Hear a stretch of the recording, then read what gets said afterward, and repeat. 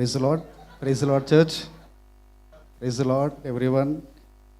So so this testimony, అంటే ఈ testimony last week చెప్పాల్సింది యాక్చువల్లీ. సో చెప్పలేకపోయాను, అప్పుడు మిస్ అయిపోయాను. బట్ ఇది చెప్పాలి అని నాకు మనసుకు అనిపించింది అన్నట్టు. అంటే ఎందుకంటే భయంకరమైన యాక్సిడెంట్స్ మనం చూస్తున్నాం కాబట్టి, సో అందు నిమిత్తమైన దేవుడు మా అందరినీ ఎలా కాపాడాడో ఆ సాక్ష్యం మీతో పంచుకోవాలనుకుంటున్నాను.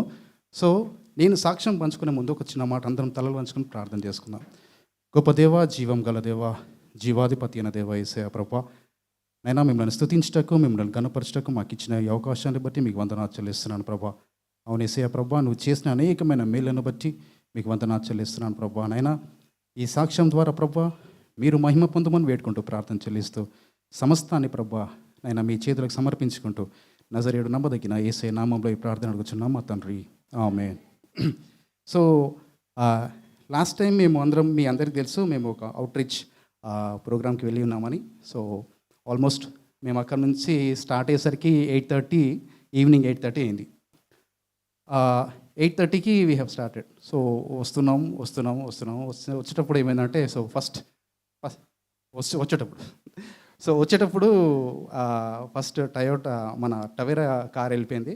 సో నెక్స్ట్ టయోటా కార్లో మేము ఉన్నాం, నేను, ప్రభు అండ్ జోసెఫ్, సన్నీ అండ్ ఉన్నాము. సో సన్నీ అంటే శామ్. మా కారు వస్తుంది, ఫైన్, అంత బాగానే ఉంది. సో మేము ఎప్పుడైతే ఆర్ఫనేజ్లో చాలా సంతోషంతోనే టైం స్పెండ్ చేసి అందరితో పిల్లలతో ఇంటరాక్ట్ అయ్యి అందరి హృదయాలు నిండి ఆ సంతోషంతో వెనుదిరుగుతున్న టైంలో అందరం వచ్చి కార్లలో కూర్చున్నాం. కార్ స్టార్ట్ అయింది, చలో రిటర్న్ స్టార్ట్ అయిపోయాం. ఫస్ట్ డ్రైవింగ్ నేను చేస్తున్నాను. కొద్ది దూరం వెళ్ళిన తర్వాత మేము డ్రైవింగ్ షిఫ్ట్ చేసాం. ఆ తర్వాత ప్రభు చేసుకున్నాడు. సో ఆ టైంలో కార్ ఒక 80 స్పీడ్లో ఉంది కార్. ఫస్ట్ ఏమైందంటే, ఒక 3 చిన్న చిన్న కుక్కపిల్లలు, ఒక కుక్కపిల్ల కార్ కిందికి వచ్చేసింది. అది ఉందో పోయిందో మాకు తెలియదు. సో అట్లనే వచ్చేసాము. నెక్స్ట్ ఫేజ్లో ఏమైందంటే, నెక్స్ట్ కొంచెం దూరం వచ్చిన తర్వాత ఇంకొక కుక్క అడ్డం వచ్చింది. అంటే ఆ స్పీడ్లో డ్రైవ్ని కంట్రోల్ చేసి కట్టుకొట్టి ఇట్లా మళ్ళీ వెళ్ళడం అనేది అది దేవుని కృప అని నేను అనుకుంటున్నాను. ఇంకొక కొంచెం దూరం వెళ్ళిన తర్వాత మా ఆపోజిట్లో ఒక లారీ వస్తుంది. ఆ లారీని ఒక బస్సు వాడు ఓవర్టేక్ చేస్తున్నాడు. లారీ వాడు మామూలు స్పీడ్లో ఉన్నాడు, బస్సు వాడు మాత్రం కొంచెం స్పీడ్లో ఉన్నాడు, ఆర్టీసీ బస్.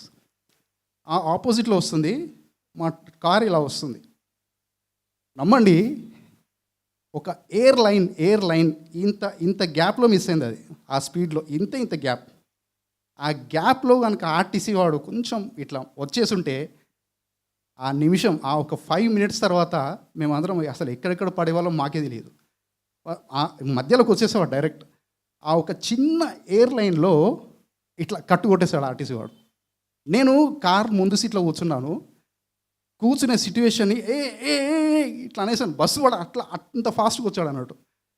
సో నేను, జోసఫ్ ఇట్లా తలలు పట్టుకున్నాం. అరే అసలు ఏంటి అది ఇది అని చెప్పేసి. అది అంటే మనము ఎప్పుడైతే ఒక అవుట్రీచ్ ప్రోగ్రాంలో ఒక నిండిన హృదయంతో సంతోషంతో వచ్చేటప్పుడు, అంటే అపవాది చూడండి ఎలా వస్తాడో మన మీదకి, ఇట్లా గర్జించు సింహం వలె వచ్చినా కానీ దేవుని ఆత్మ మా అందరినీ కాపాడింది. అది తప్పిన తర్వాత ఇంకో కొంచెం ముందుకు వచ్చాం.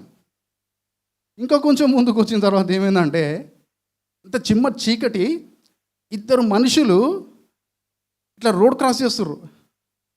అసలు ఎక్కడి నుంచి వచ్చారో కూడా మాకు తెలియదు. అసలు వాళ్ళిద్దరు మనుషులు ఆ చీకట్లో మేము వేసిన కార్ హెడ్ లైట్ వాళ్ళ మీద పడడము, మేము కార్ కట్టుకుంటడం ఇట్లా. అంత గ్యాప్ టు, అంటే back to back almost all 1 2 3 4 యాక్సిడెంట్స్ని దేవుడు తప్పించి క్షేమంగా మమ్మల్ని తీసుకొచ్చి మా గృహాలలో దింపాడు ఆ రోజు. అది ఎంత అంటే,